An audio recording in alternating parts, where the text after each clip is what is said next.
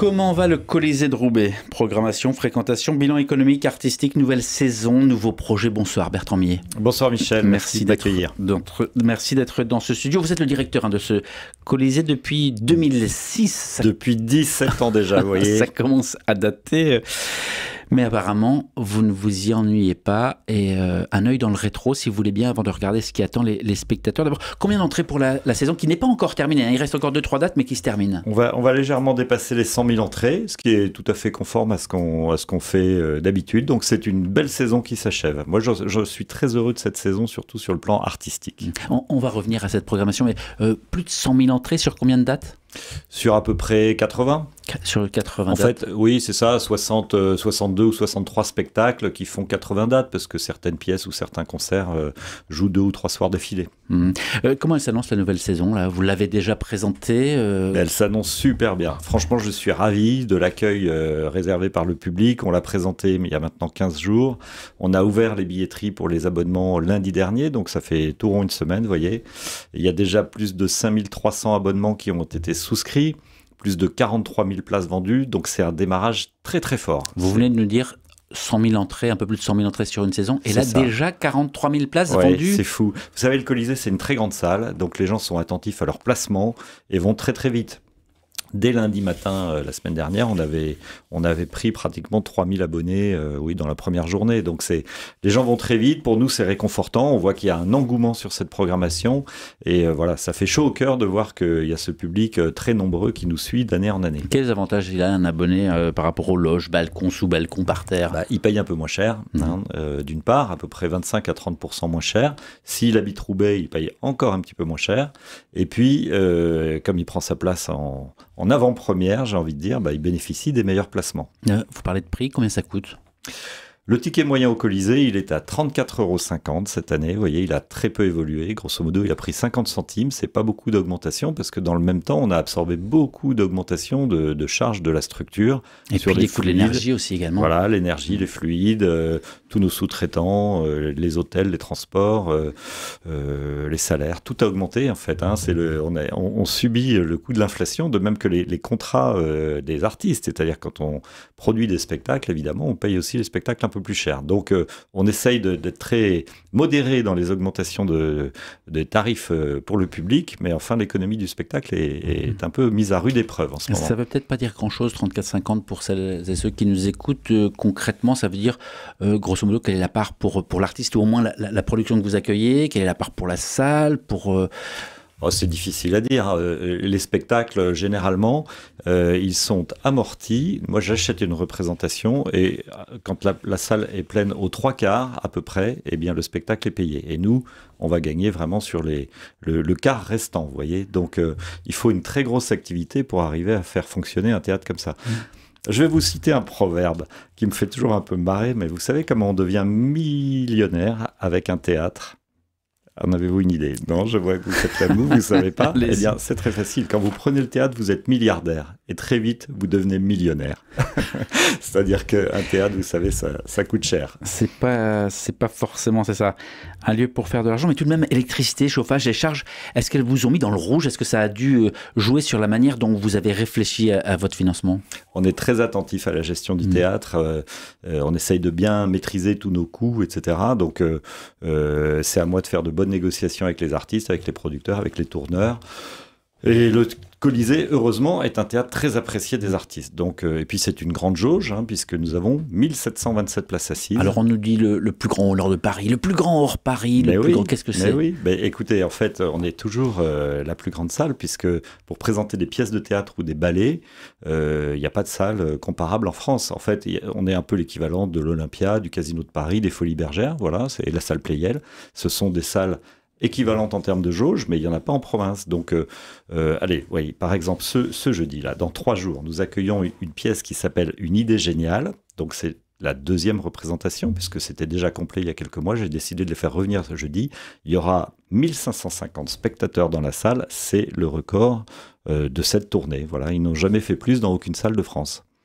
1550 spectateurs pour une date, ça paraît complètement fou. Comment est-ce que vous construisez le programme? D'abord, combien de temps est-ce que vous réfléchissez le programme, ce qu'on va regarder là sur par exemple les dates, ça fait combien de temps que vous l'avez prévu? Grosso modo, je travaille une année en avance. Et là, je suis déjà en train d'établir des spectacles sur l'automne 2025.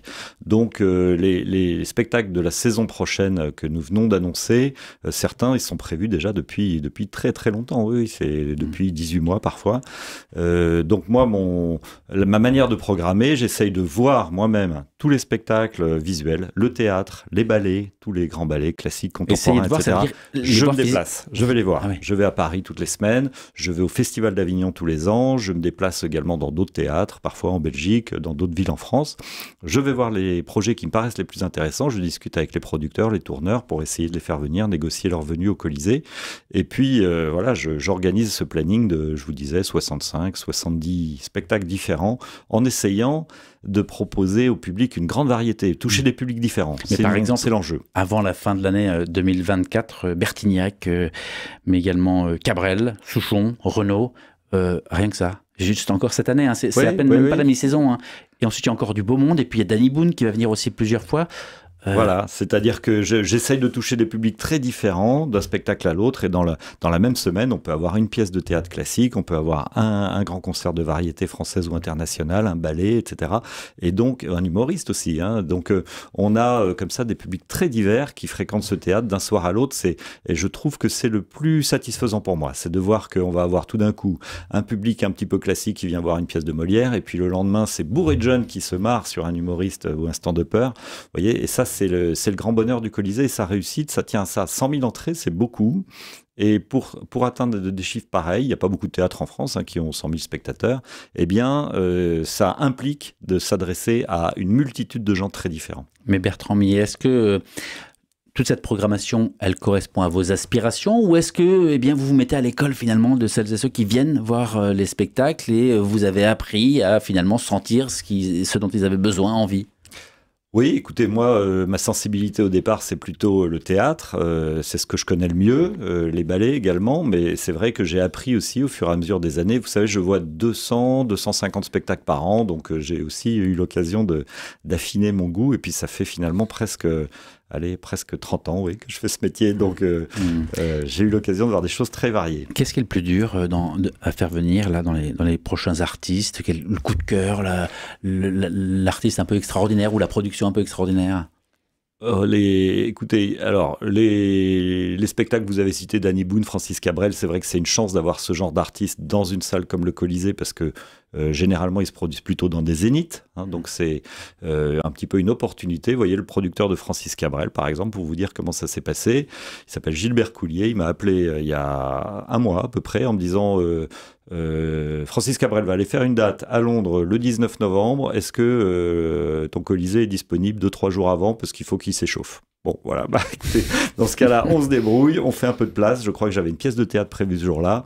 Je l'ai décalée de quelques jours et on l'a fait rentrer un petit peu au chausse-pied dans la programmation. Mais vous voyez, c'est un bonheur pour nous, évidemment, d'accueillir un artiste comme ça. Ça veut dire qu'il faut être en permanence malléable, à l'écoute, c'est ça, réactif. Si j'avais patienté 24 heures, si j'avais dit oui, je tergiverse un petit peu, etc., pour réfléchir, c'est sûr que le producteur, il aurait appelé une autre salle, je ne sais pas où, à Amiens, à Boulogne, une autre. Les artistes que vous allez voir, est-ce qu'il y en a, vous revenez dessus, vous ne les prenez pas?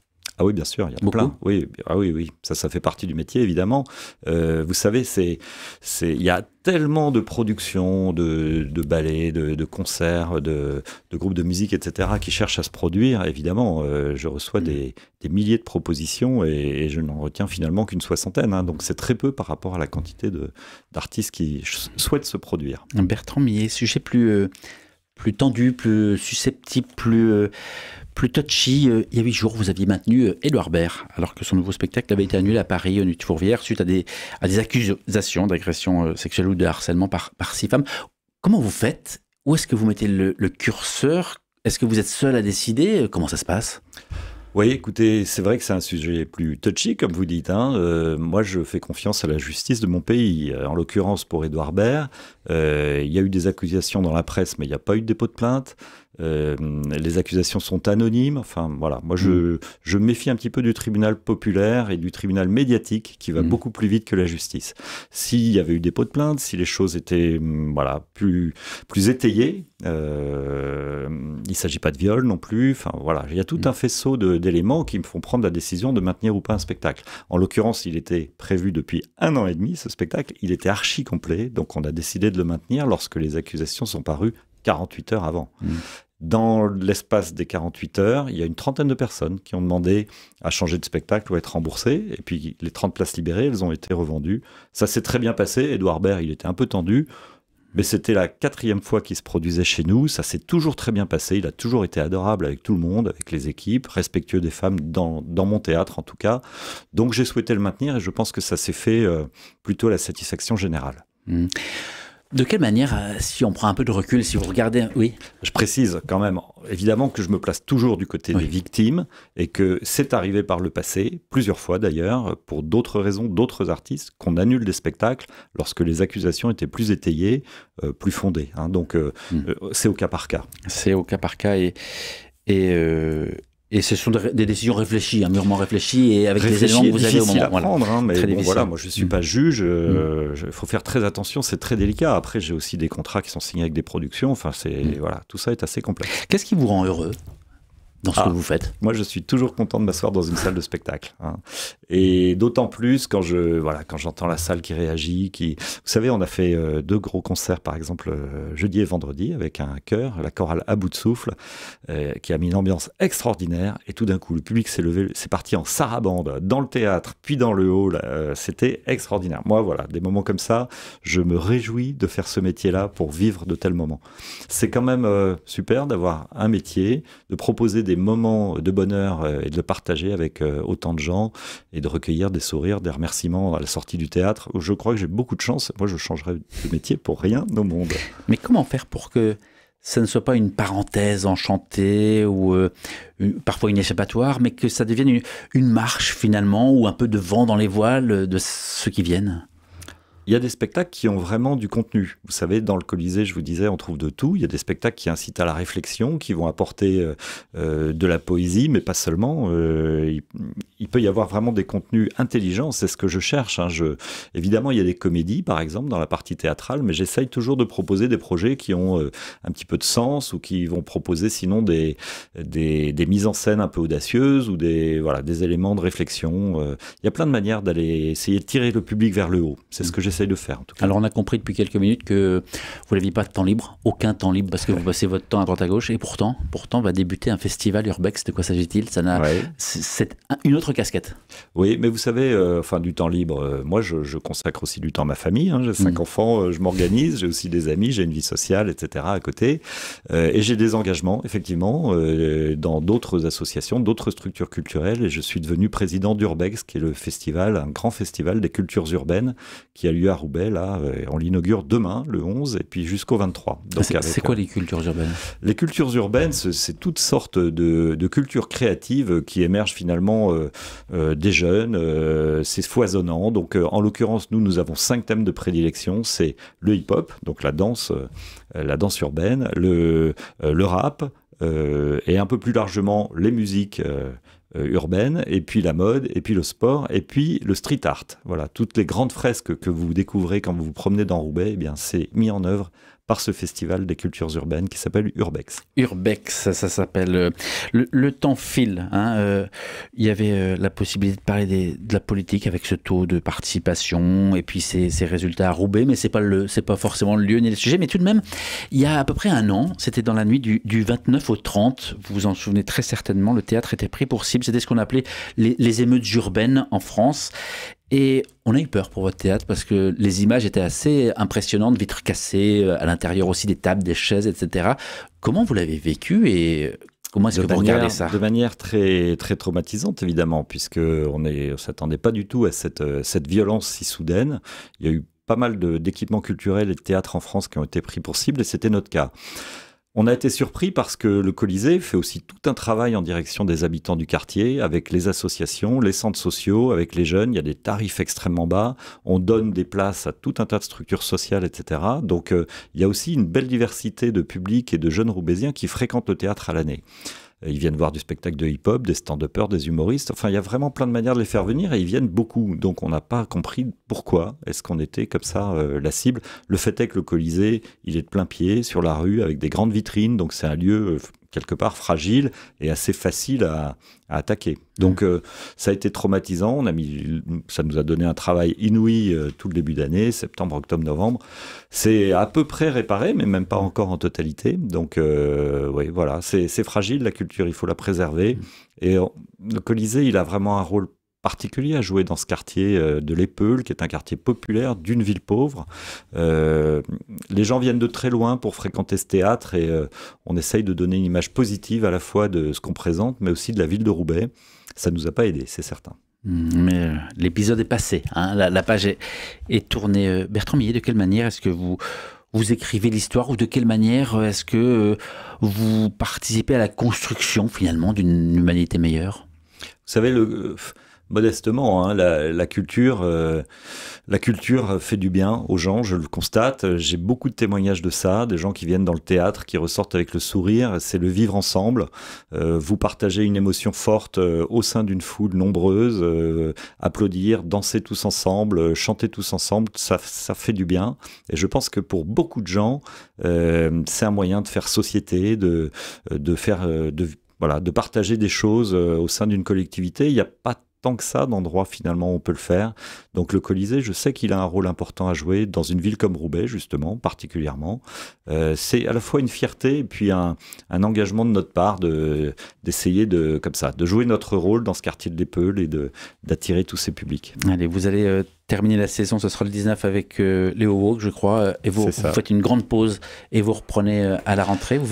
Qu'est-ce que vous allez faire pour cette pause ? Au mois d'octobre, je vais aller au Festival d'Avignon déjà, et puis on va s'arrêter un petit peu parce que quand même, ma petite équipe, on travaille à peu près tous les week-ends et beaucoup de soirées dans l'année, donc les gens ont aussi besoin de récupérer, de recharger les batteries. Vous êtes combien, votre petite équipe, comme vous dites ? On est 22. Et les soirs de spectacle, vous êtes ?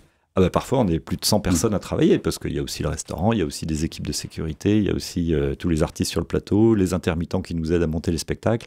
Donc, c'est un peu un iceberg, hein, c'est vrai. On est 22 permanents, mais souvent 100, 120 personnes à se mobiliser pour un spectacle. Ouais. Bertrand Millet, directeur du Colisée, merci d'être passé chez nous. Merci Michel de votre accueil. Le Colisée de Roubaix, la billetterie est ouverte. D'ores et déjà, n'hésitez pas à vous y rendre, c'est facile, ça se trouve sur Internet. Cet entretien va être à retrouver sur le site YouTube d'RCF Hauts-de-France.